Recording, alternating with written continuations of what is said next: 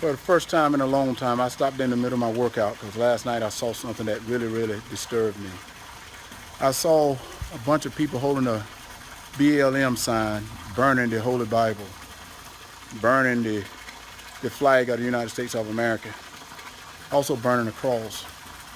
And I started thinking that, NFL, NBA, WNBA, MLB, is this the people you're supporting right now? Is it the movement? Is it the organization? Because I don't think that's right. Why do a player need to decide who is he for?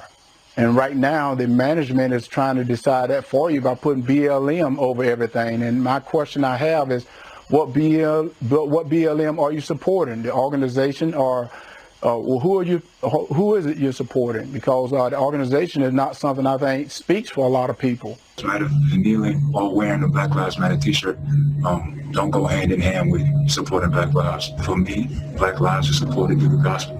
All lives are supported through the gospel.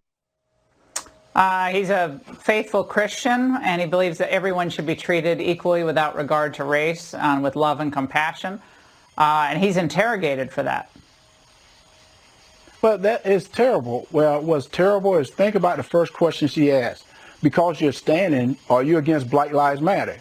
Well, that has nothing to do with it. You know what? And what I said early on, Black Lives Matter is a group that has alienated themselves to one political party. That's the Democratic Party. And everyone was that their agenda is just to alienate themselves from one party because they support the Democratic Party.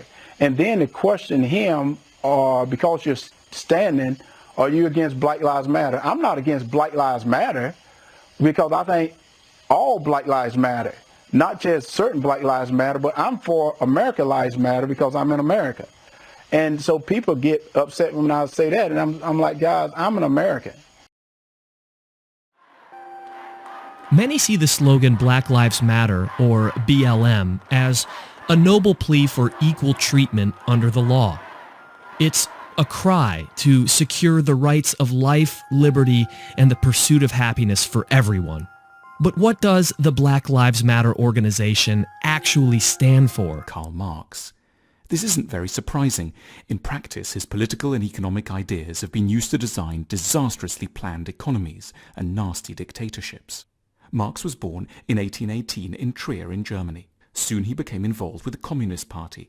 To find out, look no further than their leaders: Alicia Garza, Opal Tometi, and Patrisse Cullors. Here's Cullors in a revealing 2015 interview. We actually do have an ideological frame.